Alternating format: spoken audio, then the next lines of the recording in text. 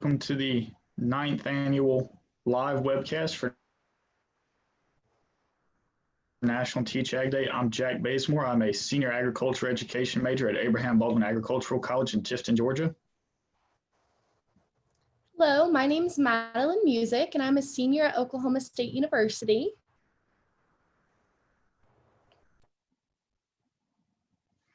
So like I said, North Carolina A&T, the CHS Inc. in Minnesota, American Farm Bureau in DC, Poet in South Dakota, Chicago High School in Illinois, Corteva Agri-Science in Iowa, and BASF in North Carolina. This year, we're broadcasting from all over. Teach Ag is based out of Lexington, Kentucky. So we've got some people in Kentucky, some people in Oklahoma, and then I'm here in Georgia. We are so happy that you could all be with us today celebrating the best career ever. I'd just like to take a few moments and share a personal ag teacher story.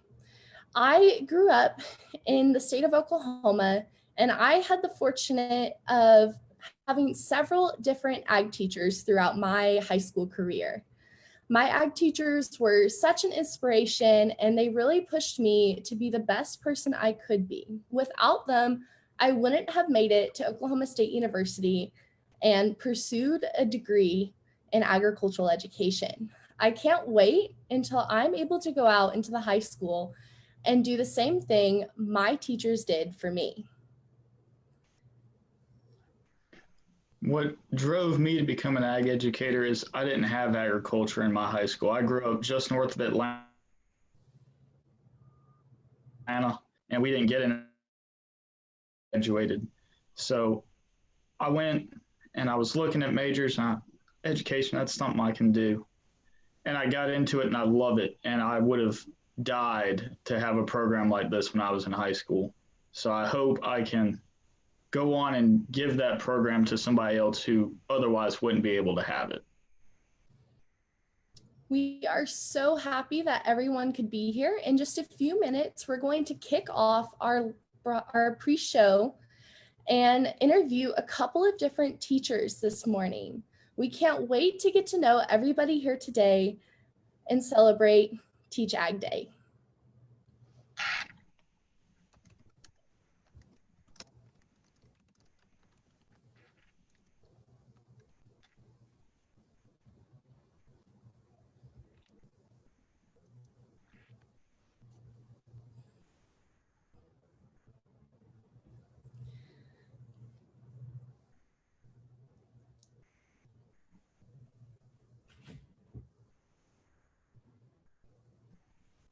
So one of the things we're doing to celebrate National Teach Ag Day is we have painted rocks and hidden them all over campus. And if you find a rock and you bring it to the Ag Ed building, we have a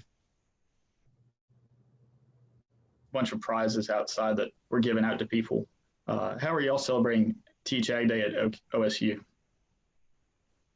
This year, we're celebrating Teach Ag Day by participating in the live broadcast. We had class this morning for a lot of our Ag Ed majors, but we are having a little bit of a get-together to celebrate today for National Teach Ag Day, and we'll also be participating in the FAST Symposium this afternoon.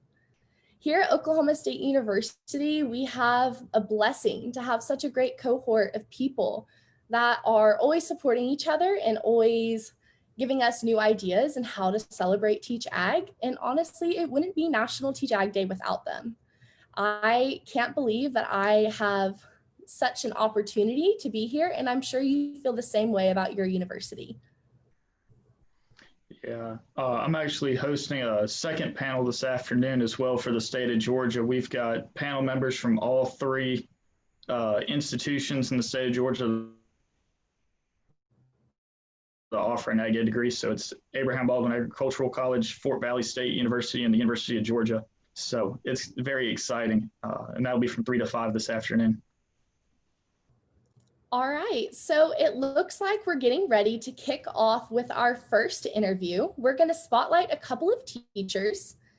And today I have Ethan Dado Tony McCall, and Dr. Veronica Sanders. I'd like to start out with Mr. Nato, if he could please introduce himself and tell us a little bit about his teaching career and program. Yes, thank you, Maddie, and thank you all for having me on today. Like Maddie said, my name is Ethan Dato. I teach agriculture, food, and natural resource courses in Mankato, Minnesota. And our prep program is actually only in its second year of reemerging in our school district. We're at a larger district. There's 2 high schools that are each a little over 1,200 students. And so last year, we actually only had about 40 students enrolled in AF&R programming. And this year, we are just short of 300. So we saw almost a 700% growth in 1 year, and we're excited to continue providing AF&R programming to a more urban area in the southern part of Minnesota. All right, that's wonderful. And in that short break, we also had Miss Michelle Oy join us today. So I'd like to start out with having her introduce her teaching career and program as well. Hi, everyone. I'm Michelle Oy. I currently teach at Wendell High School in Wendell, Idaho. We're a fairly small school for the state of Idaho, located in a rural town that mostly contains agricultural industries like dairy farms, and we have a couple manufacturing businesses in town. So that's what our primary focus is right now in our agricultural department. When I started at Wendell High School, we had approximately 7 FFA members and about 40 unduplicated ag students. And so this year I have over 100 unduplicated ag students. And we ended last year with 25 FFA members, and we're still trying to figure out how many we have this year. But it's been an excellent time at Wendell High School, and we've had a lot of growth, so I'm excited. Perfect. Mr. McCall, could you please introduce your teaching career and program? Hi, Mr. McCall here. I'm from Holland, Michigan, which if anyone knows Michigan, we use our map. And so like right along the Lake Michigan there. And this is my 12th year. It's hard to believe that I've been teaching here for 12 years and started the program. The cool thing about Ottawa County is we are extremely diverse in agricultural products and just our community. So we're in the top 10 in the nation for most diverse county, which is fun because we have blueberries to Christmas trees to you name it, plants, animals, we've got it. And then in my program here, I teach juniors and seniors. So I have over 17 different high schools that come for this class for about 2 hours, 2 hours and 45 minutes every day. And so I'm blessed to have just a strong community. And it's been cool to be 12 years and having it keep growing. Well, it sounds like you found a really great place that you love, and that's really awesome. So our final speaker that we are having on today for our Spotlight Teachers is Dr. Veronica Sanders. Dr. Sanders, could you please introduce us to your teaching career and program?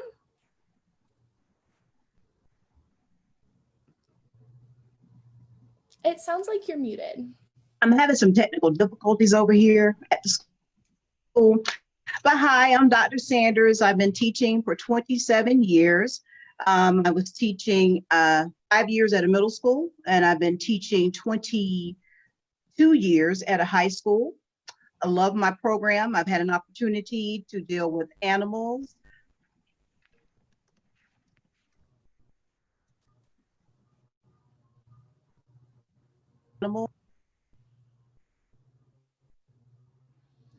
All right. So it sounds like we have a very diverse program and teachers that we have here today. So I'd really like to start out with Mr. Dato, if he could tell us maybe why teaching ag is the best career ever. I definitely shared this in my video, which I believe will be airing later. But one thing that was shared with me when I was deciding what career to go into, one of my role models in life shared with me a quote. I was deciding between going and being a teacher and wanting to be a doctor. And one of my one of my mentors shared with me the quote that has stuck with me ever since. And that says that doctors don't save lives, they extend them. teachers save lives. And really my philosophy about that saving lives has definitely changed. I think that's a little too glorified, but the impact that we can have on young people, and I really believe that education is the foundation of a successful and prosperous life, and to be able to provide that every day to young folks and my community, a community that I've began to care greatly about, is absolutely empowering and just an incredible experience to wake up every day, go to school, and do something this cool.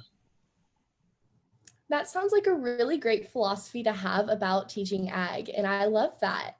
Next, I'd like to ask Mr. McCall, any advice for future ag teachers that you would give?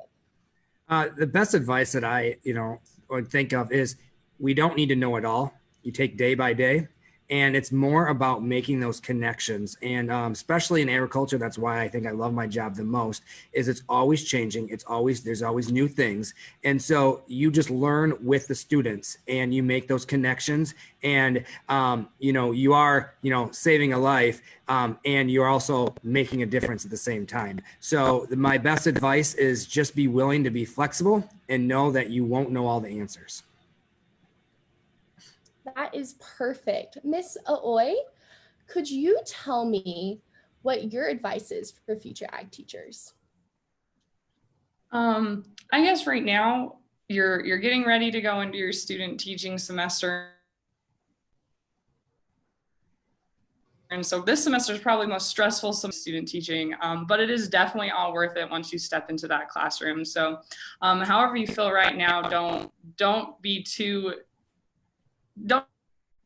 take it too much to heart, just because once you step in that classroom, things really do change for you. For myself personally, and a lot of my cohort, we stepped in the classroom and realized that this is exactly where we were supposed to be. And that semester before didn't have much weight on our decisions whether we were going to continue teaching or not. Thank you. So Dr. Sanders, do you have any mentors or ag teachers that you would like to shout out? You know what? I can't even hear anything. So I'm just going to start talking. Okay. First off, the people that I want to shout out, most importantly, can you see my picture? Because I can't see that. Anyway.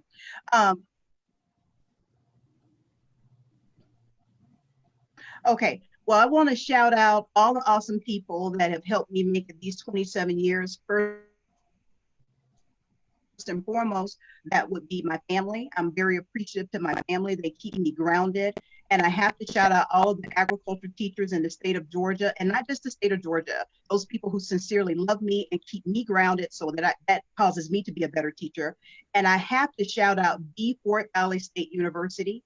I am so proud of my institution. I graduated from there in 1994. It's a phenomenal program, and it allows students not to only grow, but just to be better people. And most of the agriculture teachers that I know that have come from that school, we have a bond that is like no other, and we're super, super duper appreciative for that.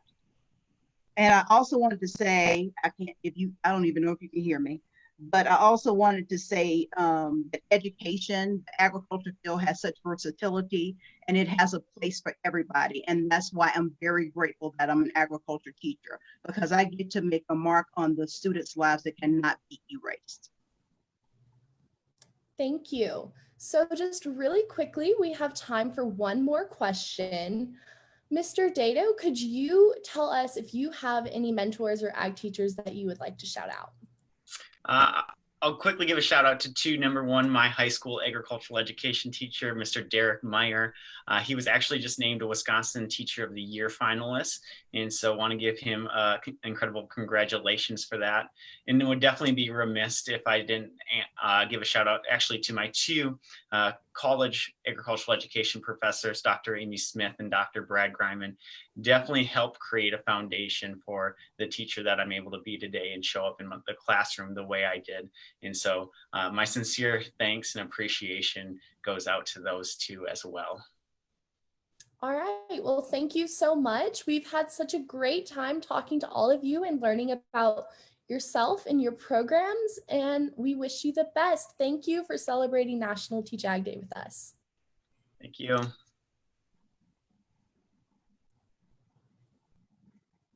Thank All righty. you. Next, I'd like.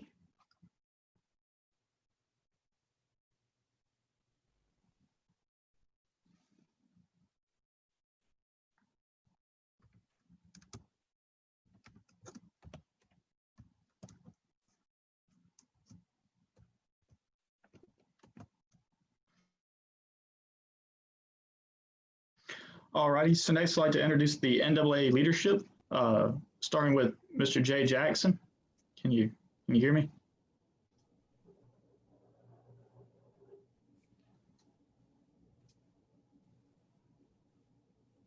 Do we have Mr. Jackson?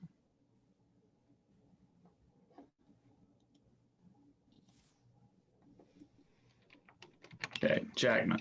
I apologize. Okay, so with our NAA leadership, we have Mr. Jay Jackman, Miss Alyssa Smith, and Mr. Parker Bain. I'd like to start out with just introductions. Mr. Jay Jackman, could you start us off by introducing yourself?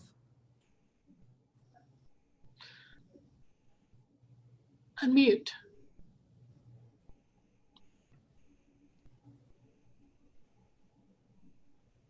How's that? Perfect. I'm Jay Jackman with NAAE. All right, and Miss Alyssa Smith, would you introduce yourself, please? Good morning and happy National Teach Ag Day. Elisa Smith, National Association of Ag Educators, Associate Executive Director. I'm glad to be with you guys today. Thank you. And finally, Mr. Parker Bain, would you introduce yourself? Good morning. My name is Parker Bain. I currently teach at Normal Community West High School in Normal, Illinois, and I'm happy to serve as the NAAE president this year. All right, thank you. So I'd like to start out with just a quick question for Mr. Jay Jackman. Could you explain what NAAE is? Sure. NAAE, National Association of Agricultural Educators, is the professional association that represents school-based agricultural educators throughout the United States. And so we concentrate on programming that provides professional development for agricultural educators, advocacy for the agricultural education profession, and then we're very much involved in teacher recruitment and retention. All right, perfect. Thank you so much. Mr. Bain, could you explain to us what NAAE member benefits are? Well, I think if you ask most people, the number one thing that an NAAE member will tell you is that the benefit is professional development. And through professional development, we also get the opportunity to network with other people that are in the profession that are having the same experiences, the same joys and the same challenges that other ag educators are having as well. When you look down a little deeper, though, we have a lot of member benefits that people don't realize. We have a lot of professional programs, we have insurance programs, we have travel programs, discounts on various things. And so there's really, when you dig down deep, a lot of reasons to be an NAAE member. That is wonderful, and I completely agree. Ms. Smith, would you please explain to us what makes the ag teachers so special? Well, if anyone's ever been around an ag teacher, you know how special they are. They're resourceful. They're the individuals that we celebrate today, because if we think about one day in March, they were told, you need to go home and teach your hands-on classes virtually.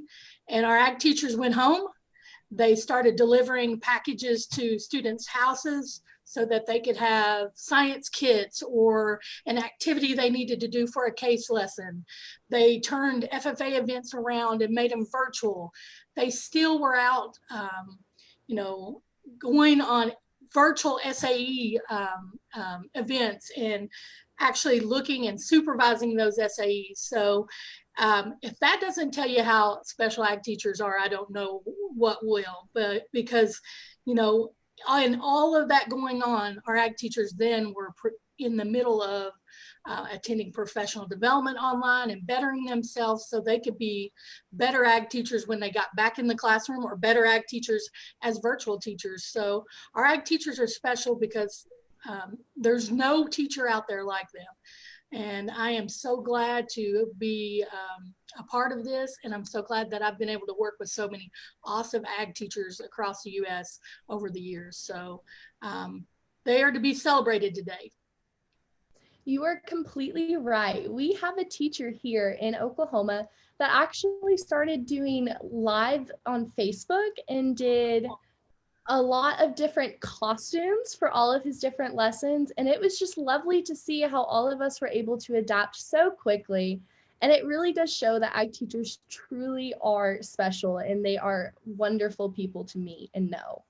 That's right. So, yes, I'd like to go back to Mr. Jackman and ask him, who do you want to recognize on National Teach Ag Day? Oh, I would have to recognize my ag teachers. Often, so many times I have said that my ag teachers, other than my mother and father, my ag teachers were the most important influences in my life. And so it's a great pleasure for me to call out the names of my agriculture teachers. Joel Colliver, Jerry Greer, they are both deceased. But then also James Bailey, Frank Rowland, Keith Weaver.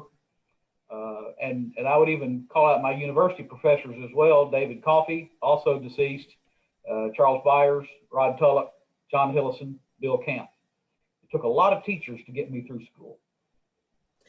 I have the same experience. I had very many teachers throughout my high school career, only 4 years in my FFA program, and I had at least 6 or 7, I believe. It was a great experience, though. It truly does make you a well-rounded individual. All right, so I'd like to go back and talk about our programs and offerings for future ag teachers. Mr. Bain, could you explain our programs and offerings, please? Okay. So NAAE has a tremendous number of programs and offerings, and a lot of those offerings are available to future teachers.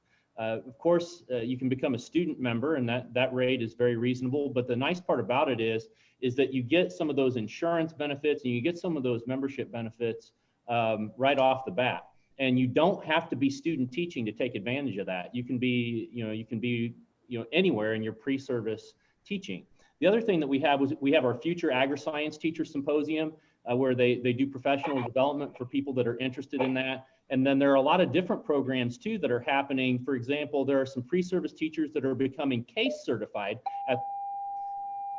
You can probably hear my bell. I'm at Normal Community West High School right now. So the day goes on even though we're live here. So there are a lot of good programs for people to get involved in. And they just have a little bit different delivery and flavor to them than what our usual offerings do have. They're tailored to those needs of those pre-service individuals. That is absolutely perfect. And he briefly touched on this, but Ms. Smith, could you please tell us, how do you become an NAAE member? Well, student membership, it's easy. A lot of your states are willing to pay for NAAE student membership. It's $10. You can go on our website and pay with the credit card.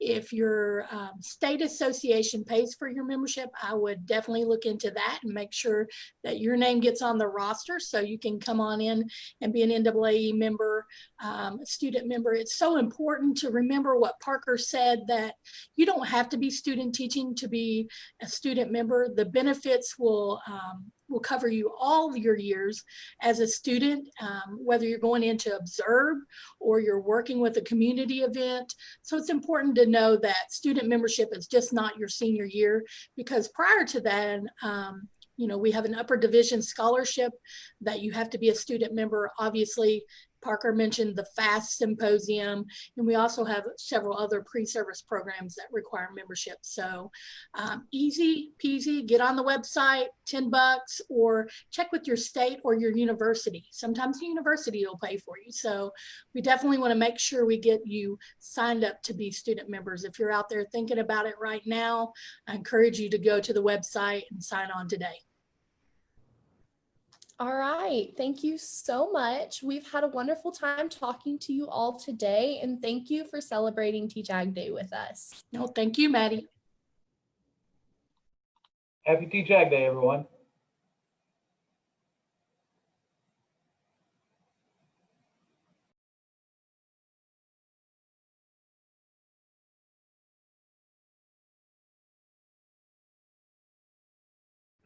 All right, so it looks like we're going to go ahead and get started with Miss Carrie Gray with BASF. So looks like we have Miss Gray with us here today. Hey, good morning. Good morning. Could you start us off with a quick introduction? Absolutely. First of all, I'm so happy to be a part of National Teach Ag Day. My name is Carrie Gray. I am the Community Relations Manager at BASF, our Agricultural Solutions Division. We are based in Research Triangle Park, North Carolina, which is in the Raleigh-Durham area. All right, perfect. So could you explain to us what is BASF and what role do they play in agriculture? Absolutely. So BASF, we are one of the largest chemical companies in the whole world. And we have 5 divisions, divisions like performance products, oil and gas, and a couple healthcare. I work on our agricultural solutions division. What our division does is we make crop protection products as well as have a seed portfolio for farmers. And so we offer much needed solutions so farmers can have sustainable crops. We can take what the farmers have to use for as land. We're not getting any more land, right? Because people are building everywhere. But we are trying to help farmers and production agriculturists across the world be able to grow more crops. And so here at BASF, our Ag Solutions Division, we have our headquarters is in, like I said, the Research Triangle Park in North Carolina. We come up with insecticides, herbicides, fungicides. So we work with farmers. A lot of our processes to get a product to market can take anywhere from 15 to 20 years from the time we first understand what the need is until we actually have it in the farmer's hands that particular season. Another thing that we do is we have a seed portfolio, and we have soybean and cotton seeds, as well as some vegetable and canola. And then we have a seed treatment a product as well, where we treat the seeds. And I always have to share this because this is one of my favorite things. I am not a scientist, I'm a communicator. But one of the things with our seed treatment, I was actually about a year ago, I was at a school event for a couple counties over from where I live, and I was explaining what the seed treatment does. And so it's very similar to when you wash your hair. When you wash your hair with only shampoo and you get out, you have to maybe comb through it a little bit more. But when the seeds are treated, similar to when our hair has conditioner on it, it's much smoother. So when the farmers put the seeds in their planters, it's a lot smoother process. They don't have to stop as often. The planter doesn't get clogged as often. And it's just better overall. So, I think our seed treatment product is pretty cool as well. And did I answer all your questions, Maddie? Yes. Good. Yeah. So you've explained to us what BASF does, but could you explain us what they do a little bit more for agri-science education? Absolutely. So, agri-science education is really one of our top priorities when we are looking out into the community. Number one, you're our future workforce. You are the next generation of our customers. So you all, ag educators and students are so, so important to what we do. We have several programs. One of them is called a Kids Lab. Here at our site in RTP, along with some of our other sites, we have a kids lab. We have a lot of scientists. We have a lot of biologists and a lot of chemists. And so we have taken a lot of just the everyday type of work that they do, and we've turned it into a kids lab. Now, unfortunately, with COVID happening, we can't get in the classroom. We can't get in front of students like we once did in person. So we're really trying to do that virtual now. So we do things like chromatography, and we try to explain how pollinators work through chromatography, and we try to kind of tie things together. We also support, like Teach Ag. I mean, Teach Ag is a big group we support. I'm a mentor for FFA. I actually am the North Carolina president. I'm her mentor for the year. So we work a lot with local FFA. We also work with AFA, which is the collegiate group around agriculture, and then Manners, which is the minority in ag, natural resources, and related sciences. So we have a lot of touch points with all of these groups where we make sure that we are educating, we're sharing our programs, we're sharing our thought leadership, we're sharing our talent. So I might pull some of my scientists from the greenhouse or some of my reps that are out in the field talking to the farmers every day. And they'll be a speaker for our classroom. They will talk about what it is that we do and why it's so important to get this younger generation interested in agriculture. All right. Thank you so much for your time today. We had such a great opportunity learning about BASF. Thanks, and I want to give a shout out to my some ag teachers before I go. My son is doing virtual learning right now because our schools aren't back, but his favorite teacher is Mrs. Janet Harris. She is an ag teacher at East Wake High School in Wendell, North Carolina, and she is a legend. So go, Miss Harris. Thanks for all that you do for our students. Thank you. All righty. Now it's time to talk about agriculture education for all with Miss Ellen Thompson, Project Director at the National Association of Ag Educators. Hey, good morning, everyone. Happy National Teach Ag Day. All right, Miss Thompson. Can you tell us a little bit about yourself and what you do at NAAE? Absolutely. So again, happy National Teach Ag Day to all the amazing agriculture teachers out there, the current and future ag teachers that we have across the country. And as the new CEO, congratulations to Elisa Smith on her just current announcement of taking over the helm of NAAE after serving as Associate Executive Director. And congratulations to Dr. Jackman for an incredible 24-year career at NAAE. We are super excited and delighted to be able to wish all current and future ag teachers a happy National Teach Ag Day.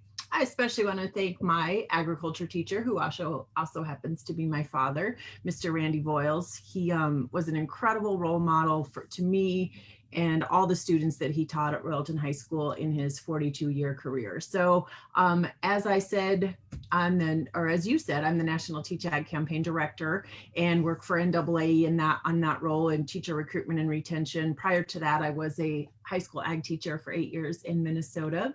I work now currently for the last 11 years for NAAE from my home office in Brookings, South Dakota. Thank you, ma'am. So can you tell us what is agriculture education for all? Sure. Thanks for asking. Yeah, so Agricultural Education for All is a joint initiative between the National Association for Agricultural Educators and the National FFA organization, with the goal and purpose of ensuring that all students, educators, alumni, staff, stakeholders, everybody feels welcome and safe and celebrated as their authentic selves. That's really what we're all about, is making sure that we are able to do that. During the last about 3.5 years, we've been working on a plan to address some of the areas of diversity, inclusion, and equity within our organizations. And so, this has been done through conducting surveys, through convening a task force, holding focus groups, looking at research, working with experts in the field of diversity, inclusion, and equity, and just overall, spending our time trying to be very careful and prescribed about the work that we're doing. And it's not been hurried. We don't want to rush this. We want to do it right, because we really truly believe that agricultural education and National FFA and NAAE are places for everyone, and that this can be something where everyone has a place for themselves. I agree. So what specifically is NAAE and the National FFA doing to ensure that all feel welcome and celebrated as their authentic selves? So as I said, over the last 3.5 years, as we've worked to develop this plan, and we're very close to being able to share our plan. And as I've said, we've worked hard to ensure that it's something that isn't just crossing off an item on the to-do list or checking a box, that this is really thoughtful and purposeful work. And so we've identified about 50 different strategies that are supported by the boards, because that's very important as we look at what it is that we want to be able to do, and that will be implemented over the next 12 to 18 months. These strategies range from creating an IDE position who will oversee this work to things like how we can diversify our boards and our staff and our leadership, and identifying places where we can post jobs so that we attract candidates who may not be familiar with ag education. We need all individuals involved in ag education. We need everyone to feel that like they're welcome. It can be other things that we're doing, offering additional gender identity options on form surveys and registrations. It's looking at what symbols and things are being sold and portrayed in presentations and at meetings so that they're not offensive or inappropriate. It's really thinking about all of the things that we're doing. It includes structural, procedural, process, all of those kinds of areas when we look at what we want to do. And again, we'll be delighted to share that hopefully here in the next coming weeks and months with others in the profession who want to learn more about what we're doing so that we can hopefully be a model to state and local programs as well. Are there any of these resources for students or teachers available now, or are they coming in the future? Yeah, there's certainly a number of things we've done, including we had a summer inclusion, diversity, and equity series with Dr. Roger Cleveland and Dr. Lori Wright, who provided a number of trainings and conversations about power and privilege and bias and inclusive classrooms. And so we've done a lot of specifically around training for teachers and students around these topics so that we can build a foundation to build on as others can identify what it is that they need to do. And so we will continue to have a number of online, in-person, virtual, on-demand learning opportunities and engagement sessions for both educators and students, and of course stakeholders and others who want to support this work as well. But you'll be able to access inclusive language and actions guides, as well as curriculum that is being built, immersion experiences. There's a number of things that will be available. Some of it's available now or in the works, and some of it will be available, as I said, over the course of the next 12 to 18 months as we really build up the tools that we want to be able to offer. So what can individuals be doing now to be more inclusive and equitable? Absolutely. So it is important that everyone takes personal responsibility for the role that we all play in creating welcoming and safe places for everyone, and that everyone feels celebrated as their authentic selves, and that their identities and the things that make them unique and special can be part of agricultural education. And so that is really important to us. One of the first things, and this was the first step that I've taken in this process as well several years ago, is just learn as much as you can at your own pace, whether that's by reading literature, books, listening to books, however it is that you learn best, watching videos, listening to podcasts, attending workshops, talking to educators and experts in the field of inclusion, diversity, and equity. And so that you can really access and understand different perspectives. It's also about expanding your world and trying new things, going to new areas of the town that you live in so that maybe you haven't experienced other things, trying new foods, trying different entertainment, really thinking about what it is that you can do to engage with other individuals who may be outside of your normal circle, and just expanding your horizon. So those are certainly some things that you can do. Examining your workspace. What are the things in that area that are maybe exclusive to some? What are the things that you can do to encourage everyone by celebrating through food and customs and holidays? Do we recognize all holidays, and being just accessible, making sure that your area and your space is accessible? Can individuals hear you? Can individuals who need special access even enter your building? Those kinds of things, so that we're just making sure that we're doing everything that we can to engage people from a place of acceptance and genuine interest.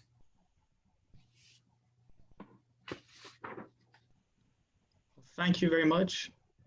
And we're going to have to keep things moving. Absolutely. Well, thanks for your time today. And again, happy National Teach Ag Day. And be on the lookout for more from Agricultural Education for All. All right, thank you everyone. We are going to have our next guest, Dr. Rhonda Ham from Corteva Agriscience. As we wait for her to join.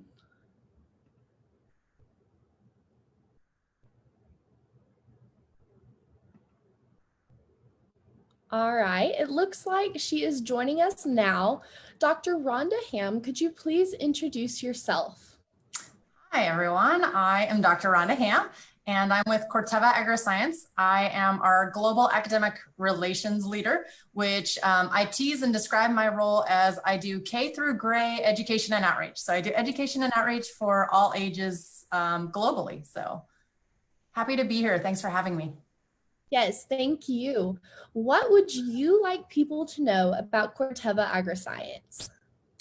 Yeah, so Corteva Agriscience, our purpose is to enrich the lives of those who produce and those who consume, ensuring progress for generations to come.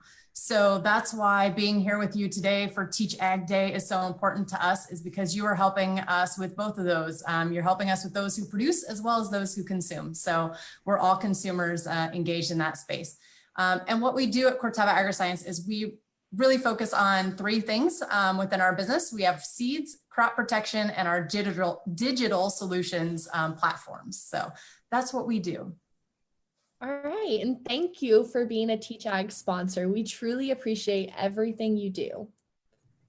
So what are some of the teacher programs Corteva Agriscience supports? Yeah, so obviously ag teachers are a very important part of where we get our future talent to come work for Corteva Agriscience. So we support, along with Teach Ag Day, the National FFA, of course, and the National Association for Ag Educators, CASE Institutes, the National Agriscience Teacher Ambassadors Program, and a wide variety of things within each of those organizations. So at National FFA Convention, you can see us in a variety of places participating. So yeah, we're kind of a little of everything. All right, thank you. Could you tell us about the most in-demand careers at Corteva Agriscience that young people should consider?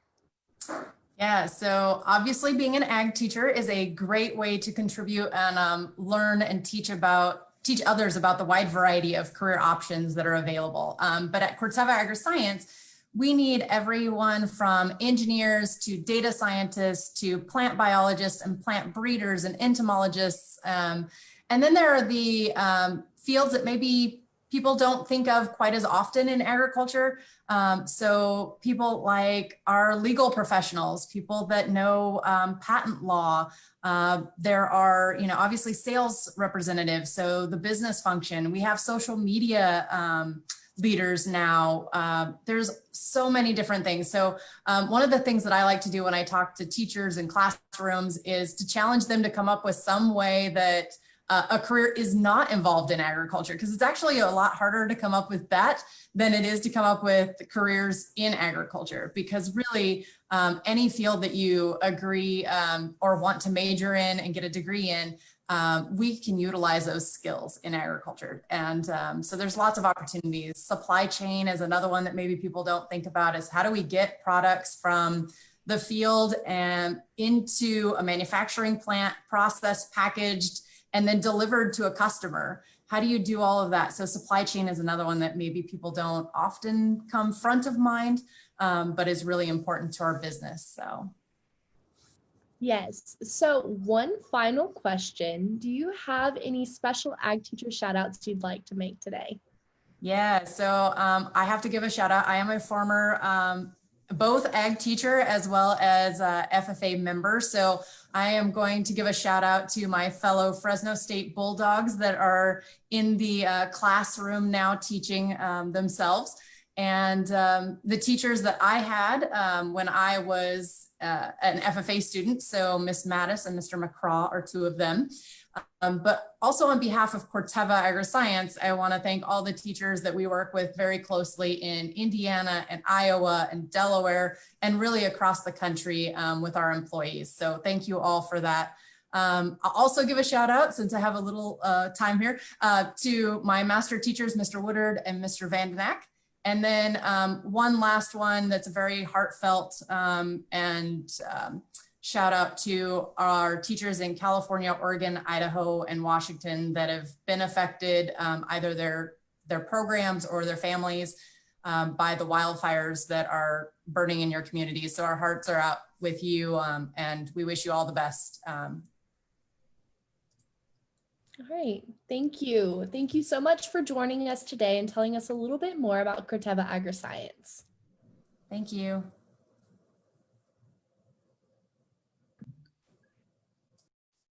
Good morning.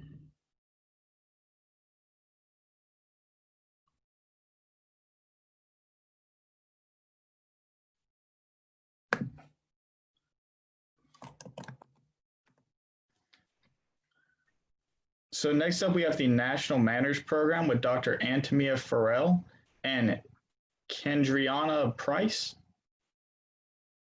You got it. So can you introduce yourself and what is the National Manners?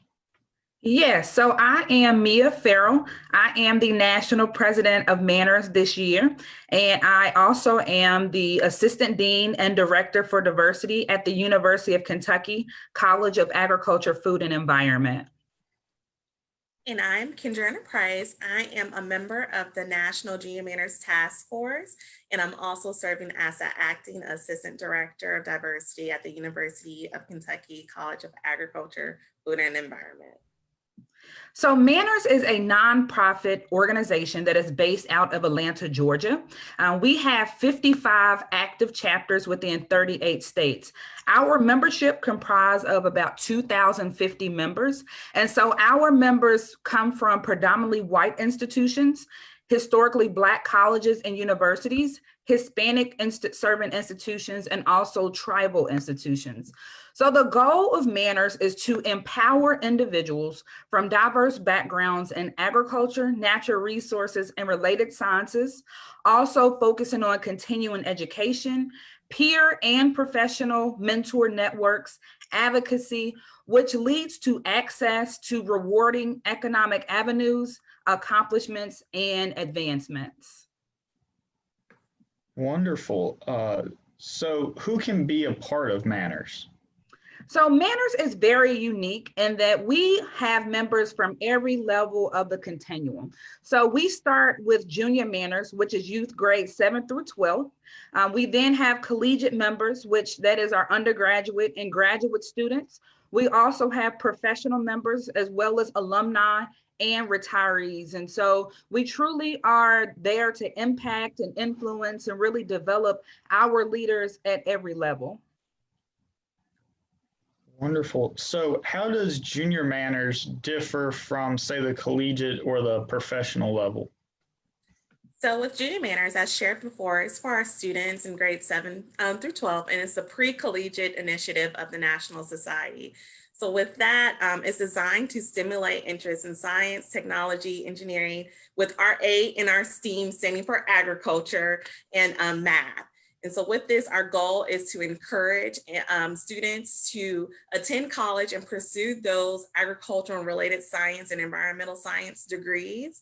And benefits from being involved is not only the exposure, but the mentorship that they do gain from those who are in the collegiate portion of the organization, and then access to the network that Manners has. So the professionals who are involved across the country in many different industries. And I think what makes it really special is that when you think of ag and agriculture, most people think of cows, plows, farms, the traditional stuff. And so with Junior Manners, we really work on exposing them to those other arms of agriculture. So it could be marketing, it could be communications, it could be those other things that doesn't really come to mind at first. So within the Junior Manners program, we really work to expand what you would think agriculture consists of, to expose those youth who are involved, encourage them to pursue it as career endeavors later in life.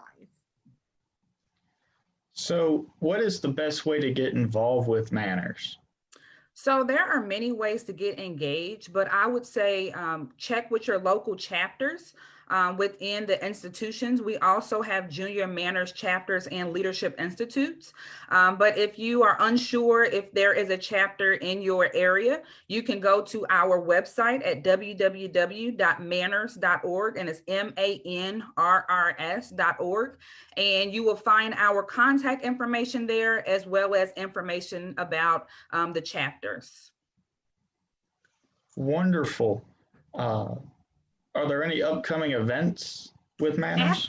Absolutely. So actually, on September the 24th at 7 p.m., we will be having a welcome back party. So you all can join us live on our Instagram at National Manners.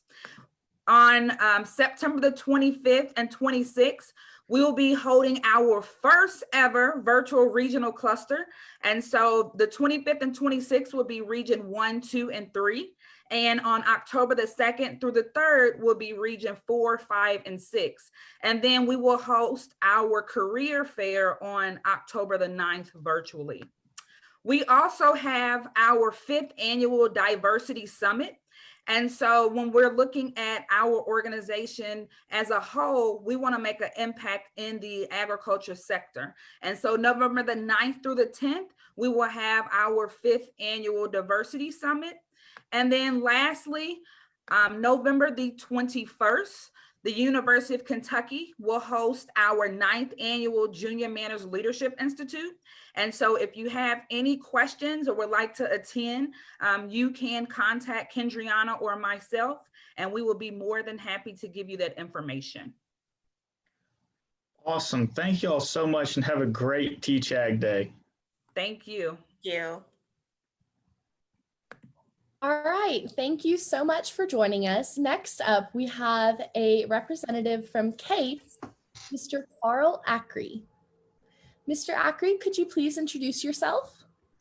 Yes, my name is Carl Ackrey. I am from northwestern Minnesota. I taught in that classroom for 16 years as an agricultural instructor and FFA advisor. I am currently the assistant director for CASE, Curriculum for Agricultural Science Education, and have been working for CASE now for the past 6 years. All right, thank you so much. For our viewers, could you please explain to us what is CASE? Great question. CASE is an initiative of the Council for Agricultural Education, and we're managed by the National Association of Ag Educators. But more importantly, we are an organization, are managed by an NAAE as an organization and a project to develop curriculum for ag teachers and train teachers how to use curriculum in the classroom. Currently, we have 11 different courses in 4 different career pathways for animal science, plant science, natural resources, and agricultural engineering, and have around 2,500 teachers, ag teachers, in the classroom today that are utilizing the curriculum that we have developed and that have gone through the trainings that we have provided for teachers. All right, thank you so much. What are the benefits of CASE to agriculture teachers and students? I think it's twofold. So first off, with the teachers get a turnkey curriculum that they can utilize in the classroom. So they can focus on the students, which I think then benefits students. Teachers don't have to focus on what I'm going to be doing today because they already know, and can focus on the art of teaching and teaching students in the classroom, focusing on students' needs, educational needs, having more time for working for national FFA events, state FFA events, chapter activities. They can focus on those things and on the students because they don't have to worry about the curriculum as much because we provided that for them. Another piece is the network that teachers have. All the teachers that have become CASE certified are now become a really close-knit group. I think ag educators in general are a close-knit group and know each other across the country. And now you have these teachers that actually are teaching some of the same activities and projects in their classroom as other teachers are doing. And then they can share those experiences that they've had, and then they can build upon those and improve the curriculum even more, which also benefits students even more as well. I think another advantage as well too is all of our curriculum is industry-based and supported, and for industry-based careers. So we're providing students a connection to career-based skills that they will need in the future to go into an agricultural career, which I think is also very beneficial for them as well. All right, so one really important question that most of our ag teachers might have is, how can teachers become CASE certified? CASE certification in a normal year happens in the summertime at our CASE institutes. Our CASE institutes are 50 to 80 hour professional development trainings that occur from June, normally from late May into early August. Teachers attend those. They're across the country. Last year we had planned originally 40 CASE institutes. They go to a university or a tech college, possibly even another high school that's hosting a specific training for a specific course. They go there, they receive that professional development. They go through everything as a student. So any students that are out there, just let you know that if you are taking a CASE course right now thinking, oh man, I wish this teacher had to try this. Well, actually they did. They had to do that in the classroom as well. In other words, they went to an institute, they had to go through all the different activities and projects that you're currently doing. So they have a better grasp and understanding of the struggles that you may have while doing them and can better assist you when you're going through your class. In the future now, though, because of everything that's changed, we are now looking at doing another versions for that to help for teachers. Because one thing we understand, our teachers are very busy, especially agriculture instructors, and summer times are not a time off for an agriculture instructor. Sometimes they're busier than during the school year. So we have started this year with what we call an immersive model. And what an immersive model means is that the teachers go through the training throughout the school year while they're utilizing the curriculum. They're doing this virtually on Saturdays on their own time in a different cohorts. So right now we have an East Coast and a West Coast cohort of around 30 teachers in each one. That's teaching all those teachers are actually teaching the animal science curriculum in the classroom while going through the training at the same time, which is a very unique approach for us. And we think we're going to be continuing to do that in the future. It helps teachers so they can stay home with their families. They don't have to travel as much. And they can focus on their activities at home. Great, thank you. Is there anything else that you'd like our viewers to know about CASE? Yes, I would encourage you to check out our new website. We just redid our website this summer. It's caseforlearning.org, and 4 is the number 4. So caseforlearning.org. If you're curious about other opportunities with CASE, so things that we're doing, we're currently adding additional courses. We also are always doing revisions with courses. So teachers out there that are have natural resource or environmental science certifications, just to let you know that we will be updating and revising those courses throughout this year, and they'll be released next summer. We are currently with a project in partnership with some community colleges in Minnesota to develop a technical applications in agriculture course. More specifically, that is for training students if they want to go become a technician at a manufacturing plant or work on equipment at a local dealership. That is a new project that we're working on. And that curriculum is just started this about a month and a half ago now that we started that project as well. And I think I would say we're continually evolving due to the pandemic in different needs. So we're looking at new versions of virtual curriculum. How can we utilize Google Classroom and Google Docs for teachers, because we understand that they're needing those. How to provide industry-based certifications for students, so when you leave, you can put a CASE certification in your resume that employer is going to see and they're going to recognize, and it's going to mean something so you can get a job. So we have a lot of things in the works right now, and most of that information is on caseforlearning.org. All right, thank you so much for your time today. We're going to do a quick update on our broadcast today. We are streaming virtually from all across the different states. We're in Oklahoma and other states as well, Georgia, Kentucky. And we just want to remind our viewers that as you're celebrating National Teach Ag Day, we have a couple of different posting suggestions. So for 12 o'clock, we want you to go ahead and post your location and a photo of your celebration on social media. Make sure to do a hashtag TeachAg and hashtag Tag20. From 12:05 to 12:15, go ahead and do a post your about me poster on social media with those hashtags as well. Also remember that these are in your Eastern time zones. So for me in Oklahoma, that would be 11 o'clock instead of 12. All righty, next up we have Nancy Elijah from the CHS Foundation. Good morning. How are you? Good morning. How are you? I'm terrific. Thank you. So can you introduce yourself and talk a little bit about what CHS Yes, of Foundation course. is and does? Of course. So the CHS Foundation is, of course, a charitable 503 foundation, and we are really focused on a single mission, and that is all around developing ag leaders for lifelong success. Wonderful. What would you want teachers and the students to know about the CHS Foundation? I would say first and foremost, we want teachers and students to know how much we support them.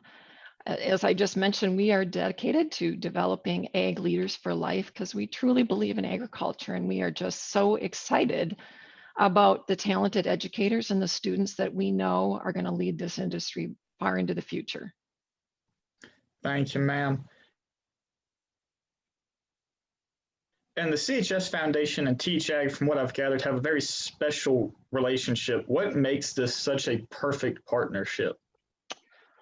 Well, you're right. We have a special relationship, and I think part of that is because we've been partners for a really long time, going all the way back to Teach Ag's inception. So as I mentioned, we are developing a new generation of ag leaders for lifelong success, and we know that ag teachers are essential to that mission. So having a partner like Teach Ag that has shared goals and is making a really positive impact, not only for ag teachers and students, but really for the entire ag industry, is just really special and a partnership we are incredibly proud of. Yes, ma'am. Is there anything exciting happening at CHS Foundation?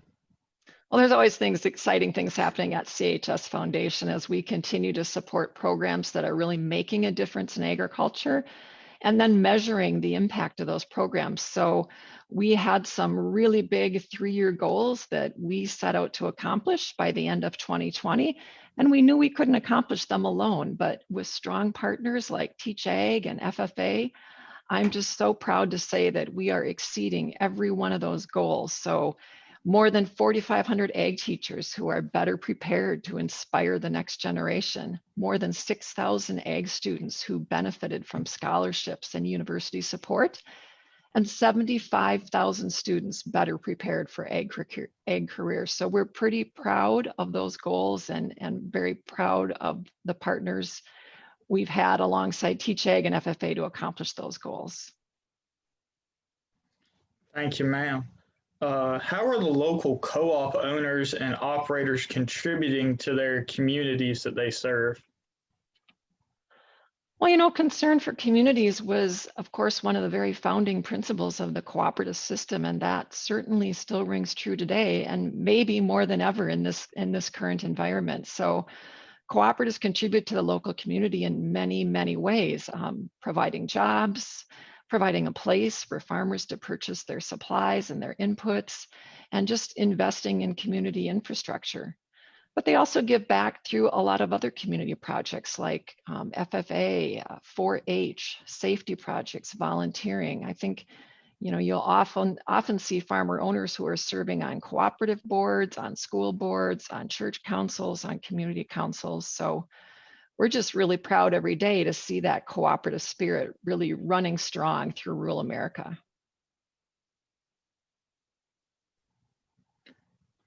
So what are some of the initiative programs that CHS supports? Well, I always like to talk about My Local Cooperative, and that's a program that we partnered with National Teach Ag and NAAE to create.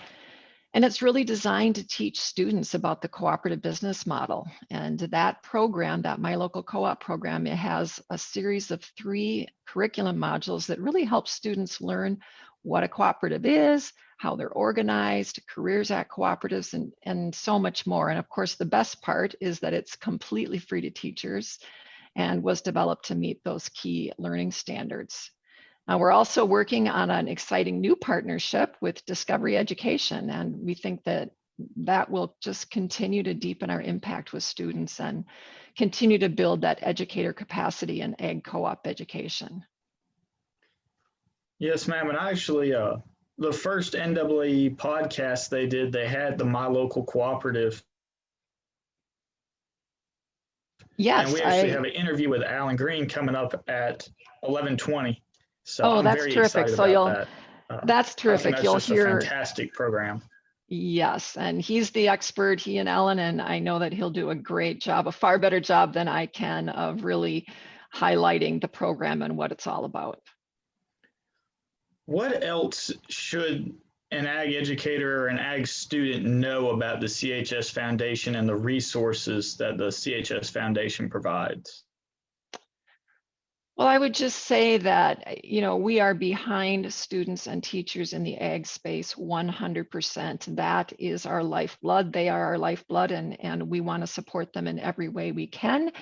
And so the foundation has a variety of programs that do that, whether it's through youth ag leadership programs or cooperative education or teacher recruitment and retaining teachers and recruiting teachers.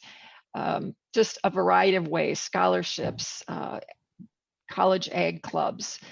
I think if you go out to our website at chsfoundation.org, there's a lot of information there on the programs that we sponsor and that are available, including the opportunity to apply for scholarships through our university partner program. All righty. Thank you so much again for joining us today. Is Absolutely. there anything else you'd like to say to the audience? You want to? No, we are so proud to be a partner with National Teach Ag, so proud to participate in a day like today when teachers and students are highlighted for the amazing work that they're doing, teachers in particular, in bringing students along and inspiring them in this industry. So happy to join you today and happy to be a part of the festivities. Thank you so much. Thank you, ma'am. Thank you for taking the time to speak with us. Have a great Teach Ag Day. Thank you. You do the same.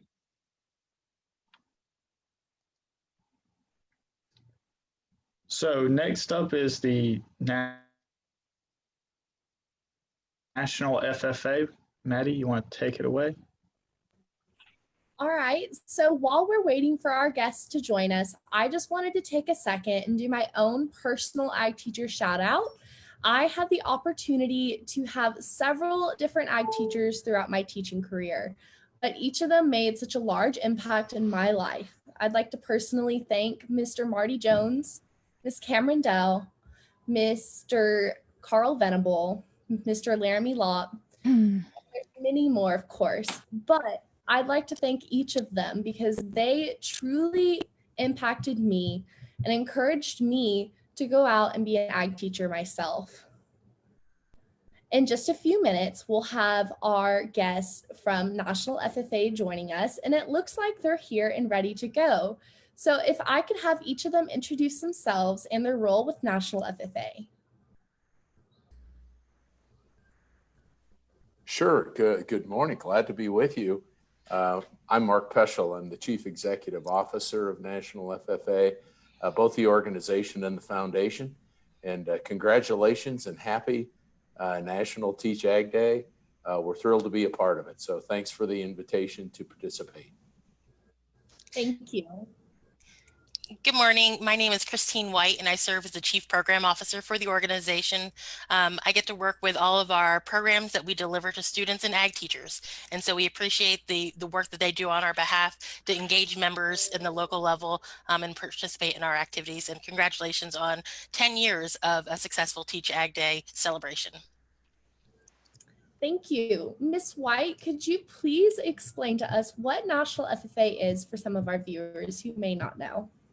National FFA is a youth organization that really engages young people in agriculture and allows them an opportunity to explore what happens in the classroom through supervised agricultural experience programs, and then really use the FFA as their vehicle to develop their premier leadership, personal growth, and career success. And so a lot of folks, when they look at FFA, it's really the opportunity for students to engage, for students to network, for students to really grow and develop those skills that they'll be able to use as the future leaders of our nation, as well as for the agricultural industry. Thank you so much. Mr. Peschel, could you please explain to us, ag teachers are typically FFA advisors, but what is the role of the FFA advisor in the local chapter? Well, I think there are two distinct roles that agricultural educators hold in the classroom. First of all, as the person in the front of the class that's providing instruction every day to students about all things agriculture. The FFA advisor takes on an additional role where they are counseling students with regard to their leadership development activities.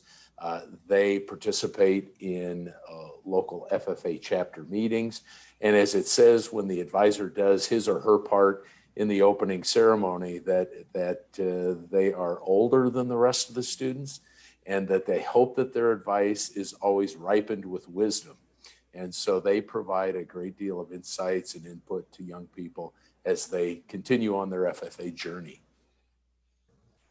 Thank you. Ms. White, could you please tell us how National FFA is currently supporting current and future ag teachers? The organization believes in teachers and equipping them with tools and resources that they're able to use in the classroom. So one way that we're supporting local agricultural educators is by providing resources, whether that's curriculum or materials that can be utilized in the classroom, activities that are ready to go. In this day of COVID, we know that teachers are having to adapt how they are teaching. And so we have been very attentive to making sure that we're able to equip the educators with not only traditional type of methods that you would use in a face-to-face setting, but how can we translate that into a virtual environments that they're finding themselves during this time.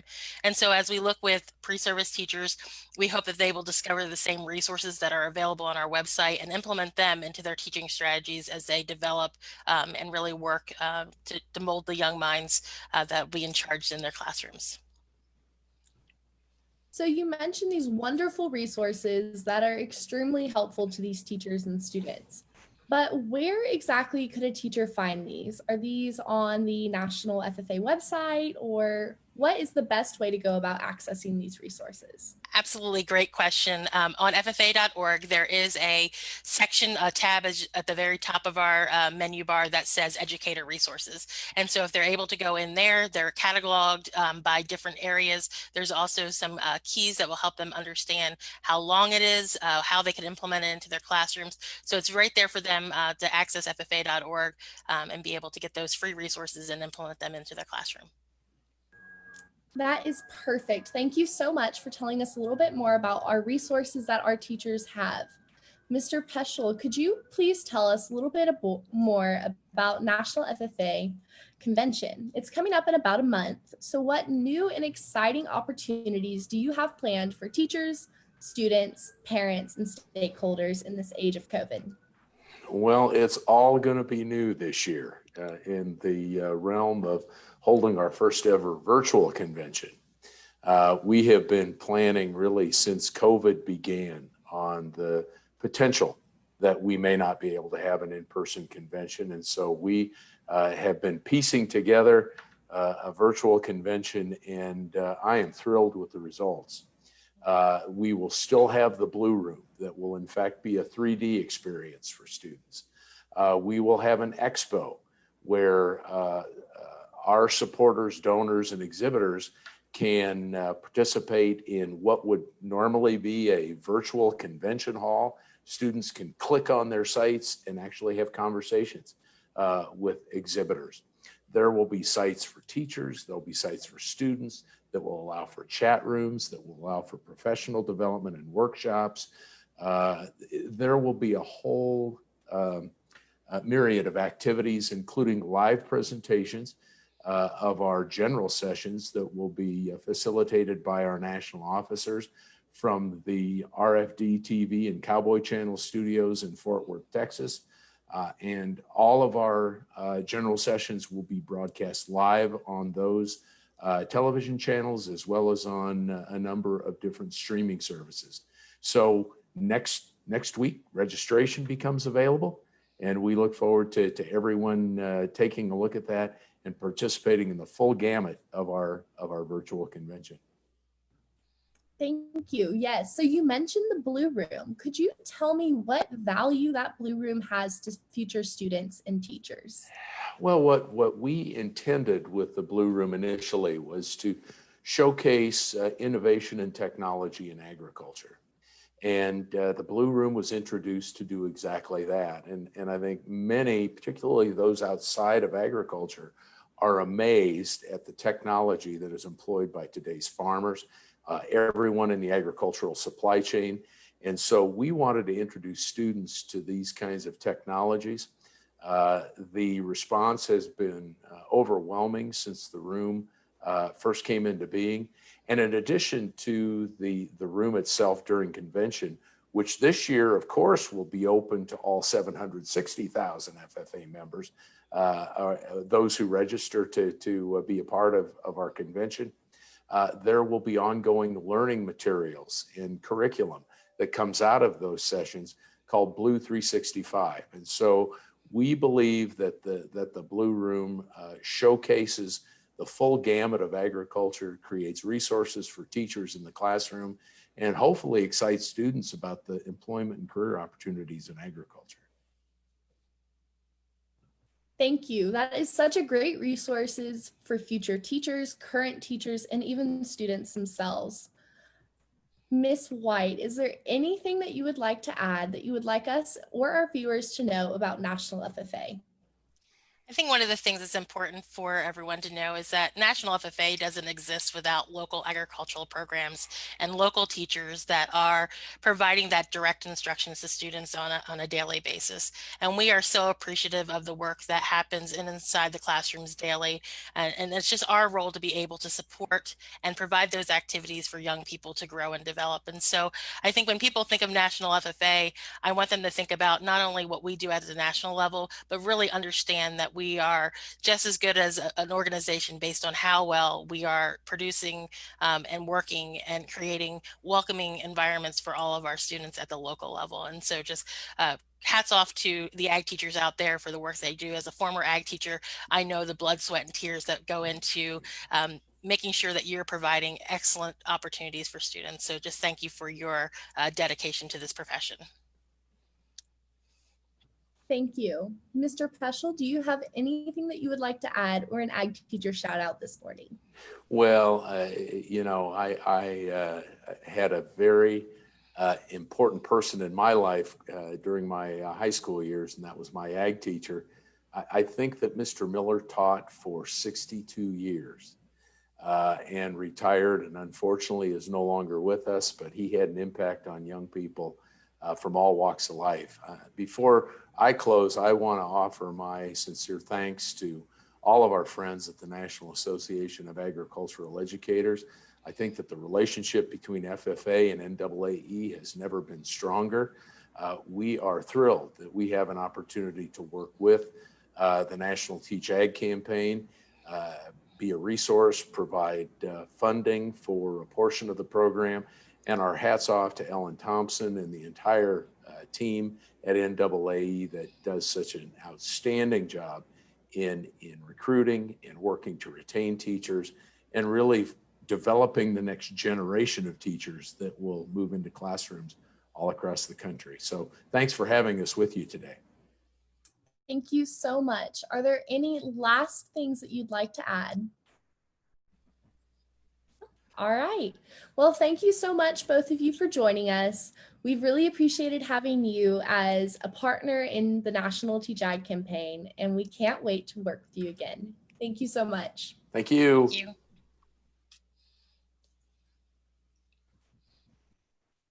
So next up, we have Alan Green with the My Local Cooperative. Just as we heard from the CHS Foundation, that was formed out of part of our partnership with them, and it's an amazing program. I heard it on the NAAE podcast, and I'm a big fan, Alan. Awesome. Well, I'm so excited to be here today. Can you introduce yourself? Yep, sorry about that. Happy National Teach Ag Day. My name is Alan Green. I am a program manager for the National Association of Agricultural Educators. I worked as a high school ag teacher for 2 years. I'm excited to be here today talking about My Local Cooperative, which is an initiative of the National Association of Agricultural Educators with funding support from the CHS Foundation, who we got to hear from earlier today. So can you tell us a little more, what is My Local Cooperative? Yeah, absolutely. My Local Cooperative, like I said, is an initiative of NAAE that's really focused on providing agriculture teachers and agricultural education students with the resources and tools that they need to learn more about cooperatives. One thing that, as we've interviewed people and we've done research, is ag teachers recognize that ag cooperatives are important and it's important to teach them, but they don't necessarily always have the resources that they need in order to implement that curriculum into their classroom. So My Local Cooperative was created to provide those tools and those resources to those teachers in order to do so. Ag cooperatives play such a critical role in our industry, and so we really feel that it's an integral part in agricultural education and the curriculum that teachers use. Wonderful. So why do students and teachers need to learn more about these agricultural cooperatives? What is their significance in the industry? Right. And one thing, like I just mentioned, is that it plays such a critical role. And there's so many opportunities in ag cooperatives. As much as we love for every student to be an ag teacher, we know that's not realistic. But there are opportunities for those students in agricultural education to pursue careers in agriculture, and more specifically in cooperatives at the local level. Every year, thousands of positions go unfilled at cooperatives simply because there's not enough young people to fill that pipeline. And so we really want students to understand those opportunities, to understand the business model, but also we want ag teachers to be able to provide those resources and that information to help those students understand those opportunities as well. What are some of the resources available to the students and to the teachers through My Local Cooperative? One of our big resources that My Local Cooperative provides is 3 learning modules for teachers to use and implement into their classroom. The modules are ready to go materials that focus really on 3 different topics underneath ag cooperatives. The first one is digging deep into what ag cooperatives are and the business model. The second one focuses more on the career opportunities. So allowing students to pursue careers, allowing students to explore those opportunities. And then the third one is actually more of a simulation that allows an ag teacher and ag students to set up a cooperative in their classroom. All 3 of those modules really are there to provide students and teachers with a really rich learning experience so that they can learn more about cooperatives. So are these modules, are they online, or are they lesson plans that would be done like in a class, or can they be done through distance learning?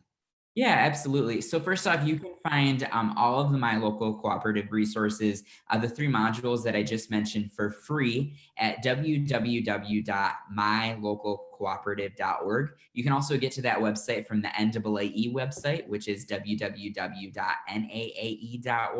And then there's a tab right at the top.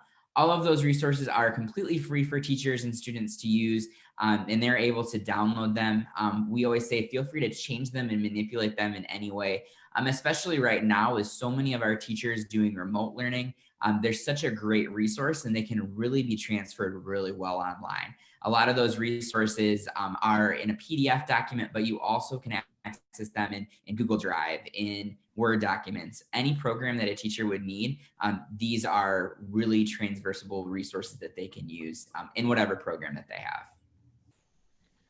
Thank you so much. I love this program, and I think it's a great program, and I hope more and more people will use this initiative. Thank you for your time and joining us here on Teach Ag Day. Have a great day. Is there anything else you'd like to say?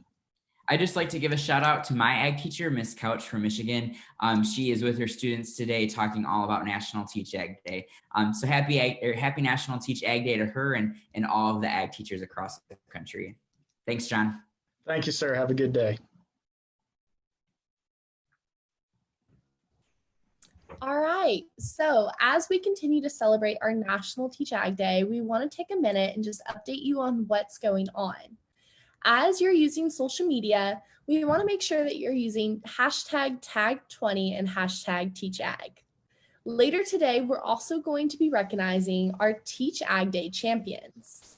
These are 3 to 4 individuals or organizations who have annually gone above and beyond to spread the Teach Ag message and support the recruitment and retention of high quality and diverse agriculture teachers.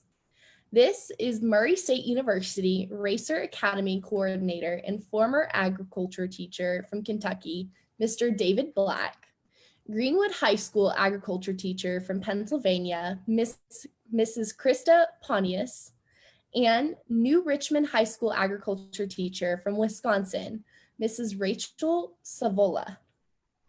Later today, make sure to watch the webcast immediately following our pre-show for inspirational stories, features of the next generation of agriculture teachers, and words from your fellow Teach Ag ambassadors.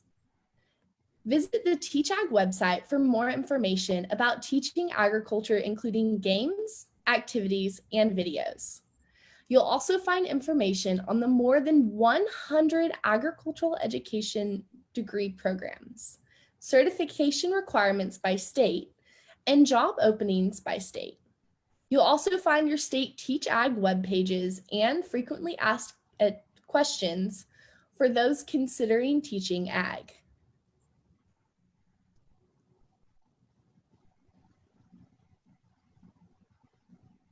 We want to thank you all for joining us today as we're waiting for our next guest and hear from our Cultivating Change Foundation.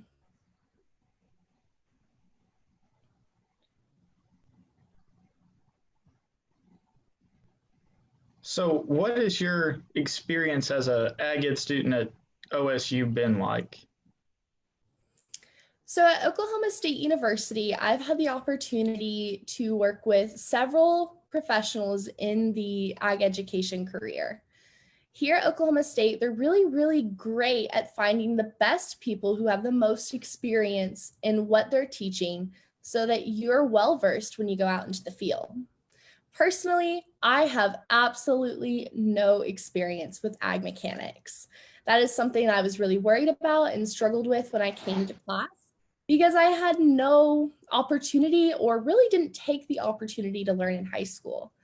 But because Oklahoma State is so great about making sure that you feel comfortable and getting ready for everything, we were able to have Dr. or Mr. Christopher Eck teach us a little bit more and make us feel a little bit more comfortable.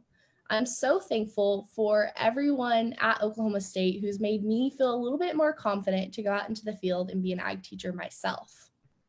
Keep in mind that as social media is coming up, we have a couple of different prompts for you. At 12:05 to 12:15, mind you, this is in Eastern time zones, you can post your About Me poster on social media. Hashtag TeachAg, hashtag tag20. From 12:30 to 12:35 p.m., post on social media and describe being an ag teacher in one word. From 12:46 to 12:50 p.m., post the names of individuals who have inspired or supported your Teach Ag journey on social media. And then finally at 12:55 p.m., post your student ag teacher creatures on social media using hashtag TeachAg, hashtag Tag20. John, what are some of the experiences that you've had as a student? So ABAC is an incredibly small college. We only have about 4,500 students if I had to throw a ballpark estimate out there. But I've been afforded the opportunity to do things that otherwise would have never done. I came to ABAC, I was a forestry major for 2 years, and through that, we were in the field every day. Looking at live specimens, we were using the tools that they were telling us about. I even got the opportunity to be a competitive lumberjack for 3 years. Loved it. But turns out I'm not very good at math. So I switched over to Ag Ed, and through Ag Ed, it's all been hands-on. From the power equipment class we took, where instead of just talking about how to drive a tractor, we went out and drove a tractor. We welded, we wired, we took apart an engine all the way down to the bare engine block and then put it back together again. And that's what I love about being at a small school is I have that one-on-one time. And my classes, I think the biggest class I've had since I've been at ABAC was 40 students. So, and that was a general ed class. So I have these nice small classes where you really get to know people and you get to build that network of people that can help you.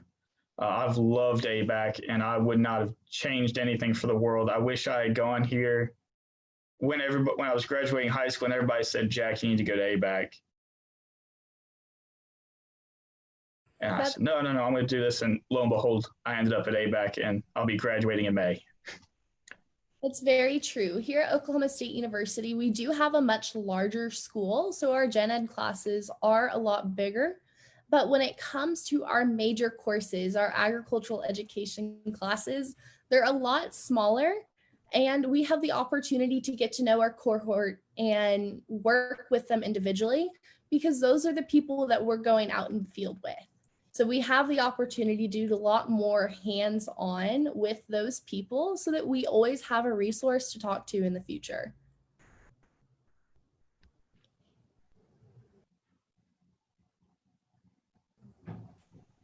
And I apologize if my voice or my internet's cutting in and out. We are catching some of the outer bands of the hurricane here. So the internet's been doing some wonky things on me this morning.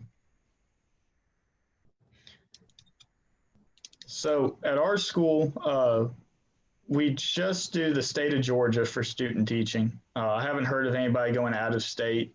So they fill out this long survey, and through that they find schools that we have a memorandum of understanding with, and then they'll place you according to that. And you start when the school starts, college starts. So if they start January 2nd, you start January 2nd, and you're there for almost the whole semester. The last 2 weeks, you come back to ABAC and you do some presentations and some final wrapping up prior to graduation. Last time I heard, we graduated more Ag Ed students than anybody else in the state of Georgia. So it's always exciting things happening down here. Here in Oklahoma, we have student teachers that go out every semester, and we have the opportunity to go out of state if we wish. So when we're student teaching, we start the first semester on campus and have kind of a final rundown over everything you might possibly need for just an opportunity to catch up on anything you might have forgotten over the past few years. But then we also have the opportunity to come back from our teaching programs for our midterm week. And we have more opportunities for professional development at that time. And we do that again during our finals week, kind of a debrief to understand what went on during our student teaching process. So we have the opportunity to student teach in the state of Oklahoma, as long as you're about 50 miles away from your hometown, so that everyone gets a different experience. And we are going to be student teaching. I'll be student teaching this next semester in the spring, and I'm really excited about it. Yeah, we have the same thing at ABAC. You're not allowed to go back to your home school. Not that my home school has a Ag Ed program anyway. So, but most of us are student teaching in the spring, I'm going to try and do an alternative certification. I didn't know what I wanted to do when I got into all this, so we're going to go ahead and roll into the Cultivating Change Foundation with Mr. Kirk May. Can you hear me, sir? I can. Good morning. Good morning. So can you introduce yourself and tell us a little bit about the Cultivating Change Foundation? Yeah, well, thank you for having me, and thanks to everybody who's on and listening this morning. My name's Kirk Mogg. I'm an attorney out here in Portland, Oregon. I grew up on a farm in middle of nowhere, Eastern Oregon.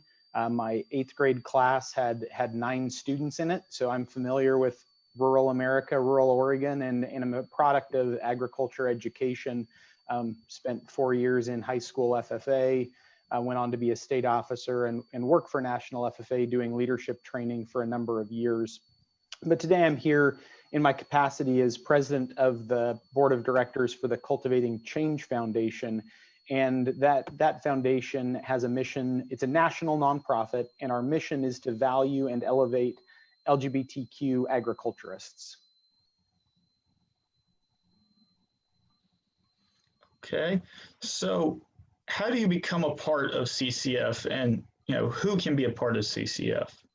Yeah, so the great thing is everybody can be involved. Our focus is on, as I said, valuing and elevating LGBTQ agriculturists, but just as important to the work that we're doing is that allies are involved as well.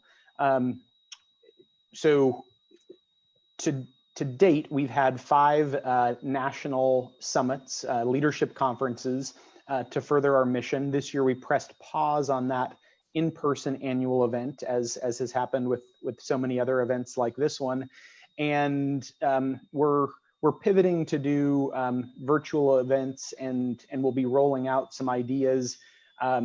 You can visit our website at cultivatingchangefoundation.org to sign up to get notifications or other information, or just learn more about the Cultivating Change Foundation. And again, that's cultivatingchangefoundation.org. The next event that we have that's coming up that I'm really excited about, it will be our first ever standalone award celebration, and that'll be coming up in December of this year. In the past, we've always announced our annual awards at our annual leadership summit. This year, that'll be a standalone event. In the past, we have kind of looked at our stakeholders, sponsors, partners, and the board and our executive director have selected the recipients of the award.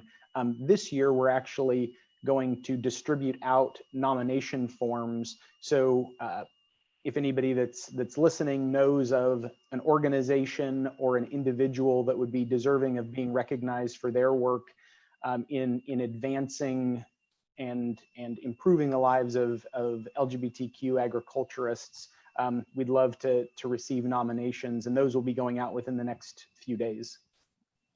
So why is there a need for the CCF?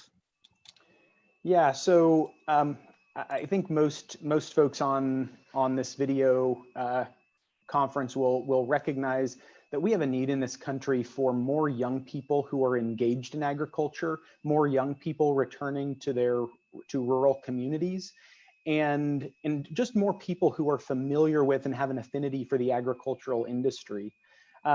And there is a perception, and in some cases it is a perception, in some cases it is a reality, that the agriculture industry has not been perceived as being the most accepting of LGBTQ individuals. Now, I am familiar with countless stories of the ag community rallying around LGBTQ individuals within their community and making them feel incredibly welcome. And I have had that experience myself, having a huge network within FFA, be extremely supportive when I'm finally came out and was able to live more authentically than I had in the past. But we recognize that there are still young people that choose careers outside of agriculture because they have a perception that they will not be welcome within the agriculture industry. And what we want to do is make sure that every young person that is passionate about agriculture, wants to be involved in the industry, knows that there is a place for him or her or them in that industry, regardless of their sexual orientation or gender identity. We want ag to be perceived as, and the reality to be, that agriculture is an inclusive, welcoming industry for every young person who wants to come back. Yes, sir. Ag certainly is for everyone. And that's what I love the most about the industry. How can you get involved in the Cultivating Change Foundation? So contact information for our executive director and everyone on our board of directors can be found on our website. Feel free to reach out to me, our executive director, or any board member, and we'd be thrilled to tell you more about how you can get more engaged in the Cultivating Change Foundation and help us further our mission of valuing and elevating LGBTQ agriculturists and making sure that every young person who wants to be involved in ag knows that there's a place for them here. Thank you so much, sir. Is there anything else you'd like us to know about CCF, or would you like to give a shout out to anybody that might be watching? The main thing that I want to say is thank you to all of the agriculture educators out there who create an inclusive and welcoming space for students in their classrooms, because I know that the work that we're doing at the Cultivating Change Foundation isn't possible if folks on the ground in local schools and local classrooms aren't creating inclusive and welcoming environments. So the folks on this call are the boots on the ground making a difference in the lives of young people. So thanks for doing the heavy lifting. Thank you so much, sir, and have a great Teach Ag. Thank you. All right, next up, we have Mr. Kelly Manning from Growth Energy. Mr. Manning, could you please introduce yourself? All right, glad to be here with you. I'm Kelly Manning. I work for an organization called Growth Energy. We represent the ethanol industry and all its biorefineries and producers and supporters across the country. All right, thank you. What do you want people to know about Growth Energy? Well, what we want folks to know is our industry supports 500,000 jobs across the country. We increase value to farms, and we significantly reduce tailpipe emissions that clean the air. All right. So we know that Growth Energy has an ethanol curriculum. Could you tell me what is included in that? Well, we are so excited about this. It's a biofuels curriculum. And what students can learn is how products are produced at our facilities, how policy affects these markets, and how we clean the air by lowering emissions through our products. All right, thank you. And how can teachers access this curriculum? All teachers can go in through the NAAE Communities of Practice portal to access the biofuels curriculum and teach as much of it as they want. Yes, thank you so much. So could you highlight some of the things, activities, or just what exactly, a little bit of a deeper dive as to what this curriculum covers? It mostly is going to cover opportunities for students to be able to learn about our biofuels industry. As I stated, it'll talk about how we clean air and actually how we work and help shape policy that helps agriculture and all our communities across the country. All right, thank you. What else do you want people to know about Growth Energy and ethanol? Well, I think, something that's very timely is when COVID-19 hit, we talk about this, the earth started to heal. A lot of us noticed this. We saw photos from large cities around the world. Think about it, from India to Los Angeles, there was a visible example of what happens when tailpipe emissions are put on hold, essentially. And that's what that was doing to our air quality. Now, biofuels like ethanol are the answer to that replacement for fossil fuels. And as an industry, we became much more vital. The food and health supply chain, they needed us. even though over half of our facilities had to shut down this year, many of them for a couple months, some had to continue running because of our vital co-products. Now, we supply half the carbon dioxide used at meat packing plants across the country. And many of our facilities, what they did is they shifted production to the need for more hand sanitizer, which we all know the need for that. Many of them donated this to hospitals and clinics all over the world. So we're a vital industry, and actually, you know, it kind of became more important even this year in difficult times. So I have one final question for you. What are some of the events that Growth Energy hosts throughout the year? Well, we host events all throughout the country. We have, for our members, we have a launch event in spring, and then we do a fall fly-in. So we send people to Washington, D.C. to meet with representatives. That is actually taking place this week. So we've been doing it all virtual, just like you are here. We've been doing virtual meetings with all the representatives around the country. We've done 200 some meetings with thousands of different people. And throughout the year, what we do is we'd like to engage with FFA and farm shows and tell the story of biofuels like ethanol and how beneficial they are for everyone. All right. Well, thank you for your time today. We truly appreciate you coming out and telling us a little bit more about Growth Energy. Thank you so much. Next, we're going to roll into our Teach Ag champions. I'd like to introduce Mr. David Black, Miss Krista Pontius, and Rachel Suvola. Can you all hear me? Yes. All righty. How are you today, Mr. Black? I'm doing very well, thank you. Can you introduce yourself for us? Sure. I'm a retired high school ag teacher here in Kentucky, and I taught at a small high school for 29 years. And after retirement, I let out for a couple of years, and I was hired by Murray State University to work in their ag ed department, I'm the coordinator of the Racer Academy of Ag, which is the dual credit for the state of Kentucky in agriculture.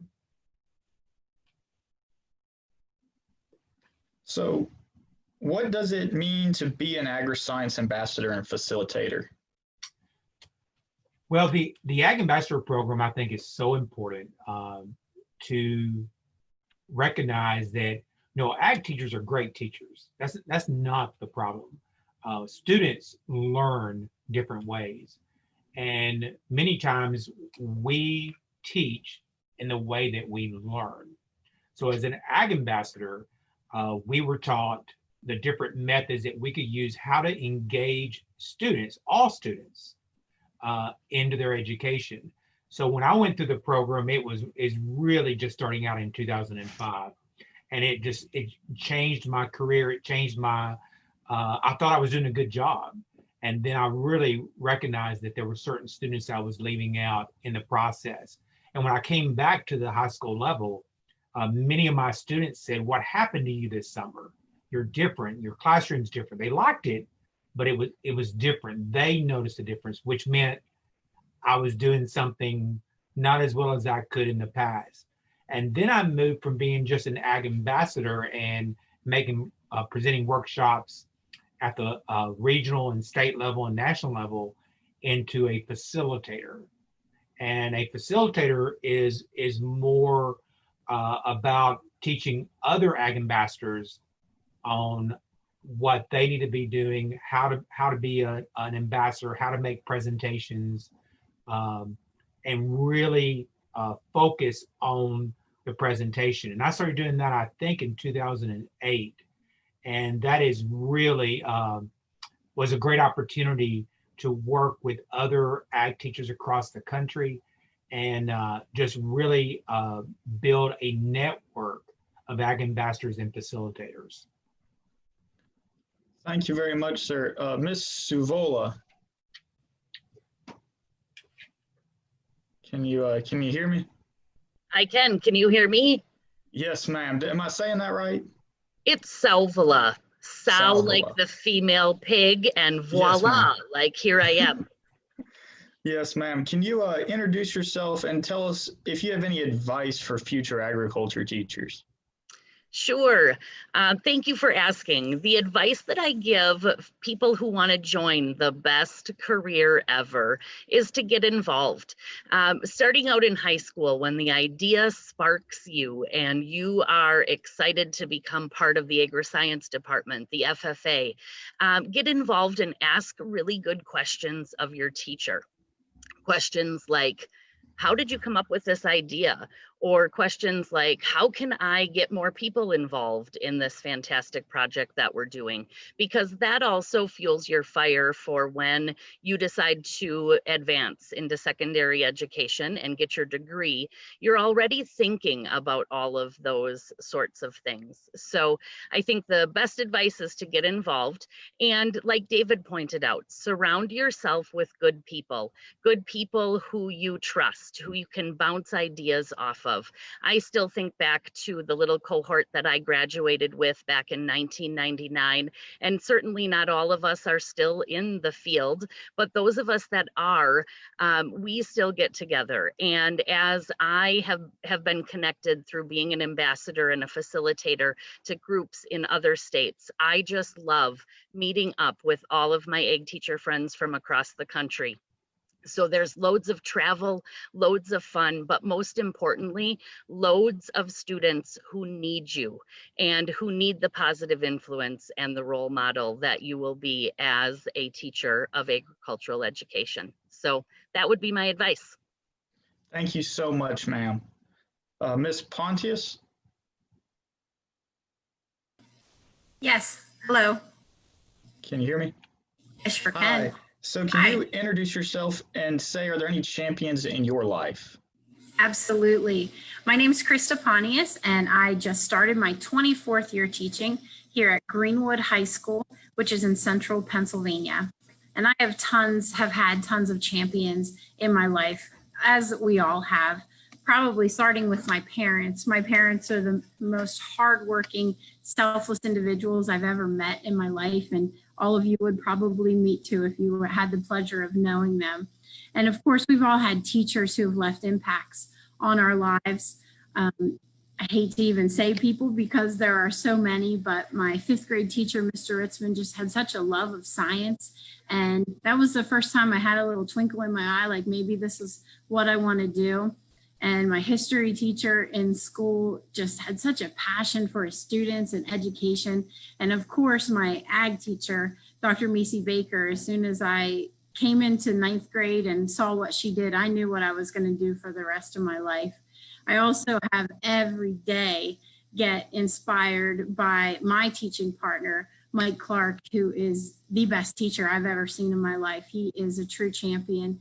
And of course, my husband, who runs a dairy farm and has such a passion for agriculture and what he does, it's just really important for me to make sure there is a future for agriculture because he works so hard to make sure that we're all happy at home.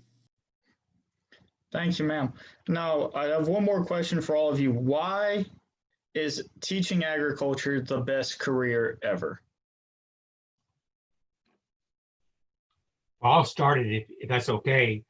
I think that the biggest difference is that you actually get to see that you make a difference. You make a difference in students' lives. You make a difference in other teachers' lives and in the community. It's such a community activity. And for me, I was just listening to an interview of one of my past students this morning, and she was talking about that when she came into ag, she was from a single parent home, and they was actually warming up water on the stove. That was the way she got hot water, and her goal was to go to college. And how ag made such a difference in her life, and FFA made a difference in her life, and how now here she is in college, getting ready to graduate with an ag business degree, which is unheard of in her family. And when you hear those stories, you know you picked the correct career. Yes, sir. Thank you so much. You're welcome. I'll go next, John. Here in New Richmond, I too am starting my 22nd year in the classroom. And each day when I wake up to go to school, I never really know what the day is going to bring. And that variety for me is the spice of life, and why I keep coming back morning after morning, night after night, if I'm honest. And truly, as David alluded to, watching the young, shy, quiet middle schoolers or ninth graders grow into amazing young ag advocates and public speakers as seniors, ooh, starts to make me cry a little bit, because it's just truly the best career ever. And when you couple that with the ability to get involved with the community and to show people of all ages the importance of agriculture, it simply is the best career ever. Thank you, ma'am. And finally, piggybacking on what both of them said, a couple of years ago, we heard a speaker, Josh Shipp, at the National FFA Convention, and he said, every kid is one caring adult away from being a success. And I think that we have such an opportunity to make such personal connections with our students in our career of ag, that I know that we don't know who we're teaching every day. If we're teaching the future president of the United States or the person who's going to cure cancer, but every day we truly have an opportunity to touch the future. Thank you all so much for joining us today, and have a wonderful Teach Ag Day. All right, so we're going to start off next with Miss Ashley Collins representing the agricultural future of America. Miss Ashley, could you please introduce yourself? Sure, I am very happy to be here and following all of these esteemed interviews you've had this morning. My name is Ashley Collins, Relations with Agriculture Future of America, and I'm coming to you today from a very rainy Eastern North Carolina. All right, thank you so much. Could you please just explain to our viewers what Agriculture Future of America is and what they do? Sure. So Agriculture Future of America is a nonprofit organization that serves college students by connecting them with diverse but also like-minded professionals and their peers within our industry. We help those students who are part of our programs become the future leaders within our industry by taking their employability skills like goal setting and time management, negotiation, body language, to the next level, which are all skills that you need regardless of which career path you take in our field, but certainly as an agricultural educator for yourself, and hoping to groom up the next generation of agricultural professionals. Yes, thank you. So who can be a part of AFA?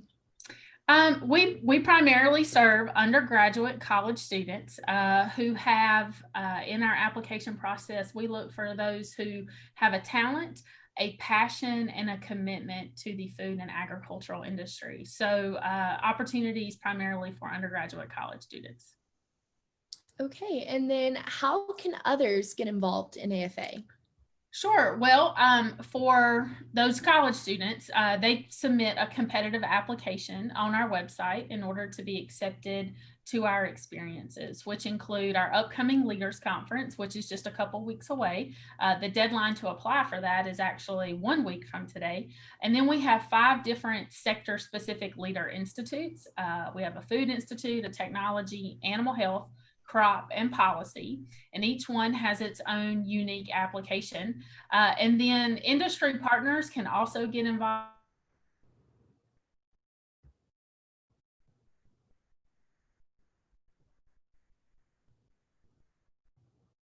and get connected to these students. Okay, there we go. It sounded like we had a little bit of a technical difficulty the first second. But is there anything else that you would like our viewers to know about AFA? Sure. 2 last things I would add is that we are also a scholarship granting organization. And so students can apply to get academic money to help support them in their collegiate endeavors. Last year, we awarded over $320,000 to students from nearly 50 different colleges and universities across the country. So for agricultural teachers, that's something you can share with your graduating seniors to check us out for scholarship opportunities. And then we also offer those to current college students. And the fact that we do partner with the National Teach Ag campaign, that one of the things that we want to help serve those future professionals in the ag education world. And so Teach Ag actually comes into our experiences and does some mini sessions.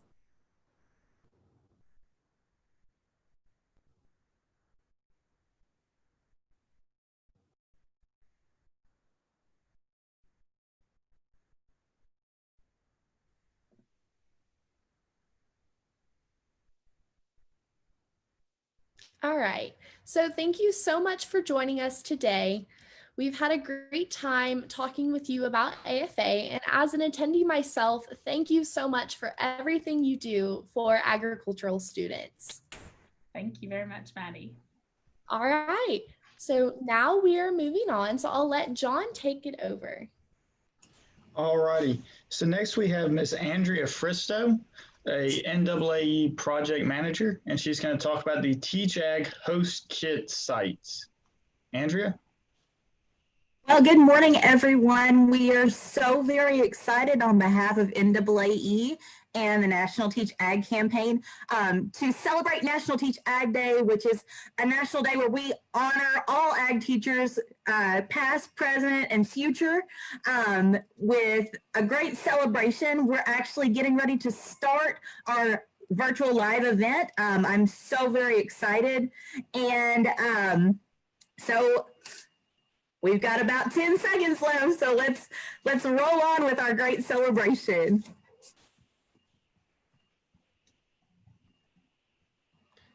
Thank you so much, Andrea.